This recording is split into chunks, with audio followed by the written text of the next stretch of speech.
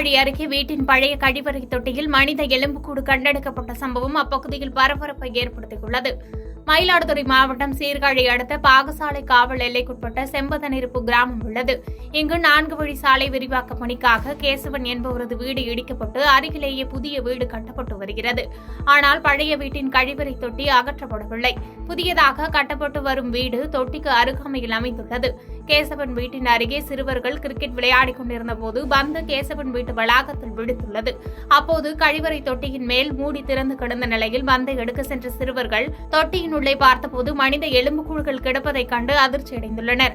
உடனடியாக பொதுமக்கள் மற்றும் வீட்டின் உரிமையாளர் பாகசாலை காவல் நிலையத்திற்கு தகவல் கொடுத்தனர். தகவல் அறிந்து சம்பவ இடத்திற்கு வந்த காவல் ஆய்வாளர் கருணாகரன் தலைமையில் போலீசார் விசாரணை மேற்கொண்டனர். விசாரணையில் கழிவுநீர் தொட்டியில் கிடப்பது மனித பெண் எலும்புக்கூடு என கண்டுபிடிக்கப்பட்டுள்ளது. மேலும் தடயவியல் நிபுணர் ஆய்வு மேற்கொண்ட பிறகு இறப்பிற்கான காரணம் என்ன என்பது தெரியவரும் என காவல்துறையினர் தெரிவித்துள்ளனர். புதுச்சேரி கடலூர் சாலை முதலியார்பேட்டை பகுதியில் உயர் மின்னழுத்தம் காரணமாக மின்மாற்றி வெடித்து தீ விபத்து ஏற்பட்டது. இதனை கண்ட முதலியார்பேட்டை போலீசார் உடனடியாக அவ்வழியாக வந்த வாகனங்களை மாற்றுப்பாதையில் செல்ல அறிவுறுத்தி தீயணைப்புத் துறைக்கு தகவல் அளித்தனர். அதன் பேரில் சம்பவ இடத்திற்கு விரைந்து வந்த தீயணைப்பு வீரர்கள் மின்துறை ஊழியர்கள் உதவியுடன் அப்பகுதியில் மின்சாரத்தை துண்டித்து மின்மாற்றி மீது தண்ணீரை பீய்ச்சி அடித்து தீயை அணைத்தனர். இதனால் பெரும் விபத்து அப்பகுதியில் தவிர்க்கப்பட்டது. அதனைத் தொடர்ந்து சம்பவ இடத்திற்கு வந்த சட்டமன்ற உறுப்பினர் சம்பத் மின்துறை அதிகாரிகளிடம் தீ விபத்து குறித்து கேட்டறிந்தார். மேலும் விரைந்து நடவடிக்கை எடுத்து தீ விபத்திற்கு உள்ளாகிய மின்மாற்றியை உடனடியாக சரி செய்து மீண்டும் மின் இணைப்பை வழங்க வேண்டும் என கேட்டுக் கொண்டார். அதன் அடிப்படையில் மின்துறை அதிகாரிகள் மற்றும் ஊழியர்கள் மீண்டும் மின் இணைப்பை வழங்கும் பணியில் ஈடுபட்டனர்.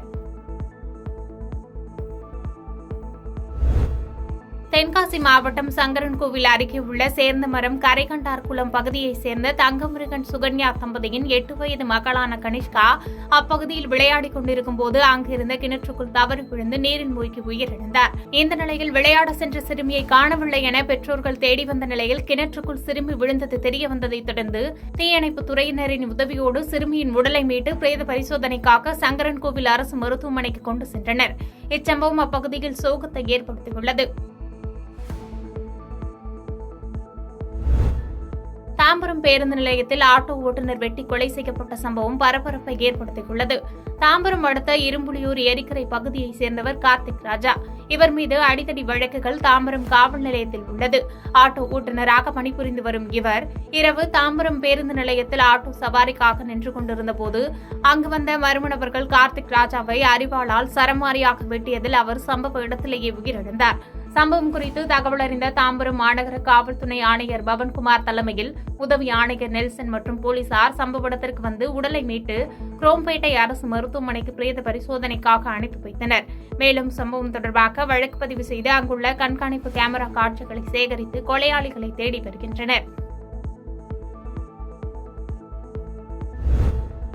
இளம் பெண்கள் தங்கியிருந்த வீட்டின் ஜன்னலை எட்டி பார்த்த நபரை செல்போன் திருட வந்ததாக நினைத்து அக்கம்பக்கத்தினர் தாக்கியதில் இளைஞர் உயிரிழந்த சம்பவம் பரபரப்பை ஏற்படுத்தியுள்ளது.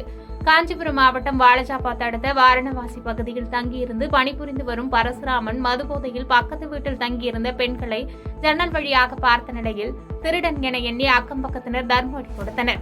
கொலைவெறி தாக்குதலுக்கு ஆளான இளைஞர் படுகாயமுற்று அங்கேயே மயங்கி விழுந்த நிலையில் 108 ஆம்புலன்ஸ் மூலம் சிகிச்சைக்காக அழைத்து செல்லப்பட்டார். படுகாயங்களுடன் சென்னை ராஜீவ்காந்தி அரசு மருத்துவமனையில் சிகிச்சை பெற்று வந்த பரசுராமன் சிகிச்சை பலனின்றி உயிரிழந்தார். போலீசார் விசாரணையில் உயிரிழந்த இளைஞர் திருவண்ணாமலை மாவட்டம் விளிச்சனம் கிராமத்தைச் சேர்ந்த பரசுராமன் என்பதும் அவர் ஒரகடத்தில் உள்ள தனியார் தொழிற்சாலையில் பணியாற்றி வரும் நிலையில் மதுபோதையில் பெண்கள் அறையை ஜன்னல் வழியை எட்டி பார்த்தது தெரியவந்தது. இந்த நிலையில் பரசுராமனை செல்போன் திருட வந்ததாக எண்ணி அவர் மீது கொலைவெறி தாக்குதல் நடத்திய வாரணவாசி பகுதியைச் சேர்ந்த எத்திராஜ், சஞ்சய், தினேஷ்குமார், வெங்கடாசலம், மணிகண்டன், நிதிஷ், தயாநிதி உள்ளிட்ட 7 பேரை ஒரகடம் போலீசார் கைது செய்து விசாரணை மேற்கொண்டு வருகின்றனர். பாதகம் செய்பவரை கண்டால் நாம் பயங்கொள்ளலாகாது பாப்பா. மோதி மிதித்து விடு பாப்பா, அவர் முகத்தில் உமிழ்ந்து விடு பாப்பா. அண்மை செய்திகளை உடனுக்குடன் தெரிந்து கொள்ள இணைந்திருங்கள் இயம்நாடு தொலைக்காட்சியுடன்.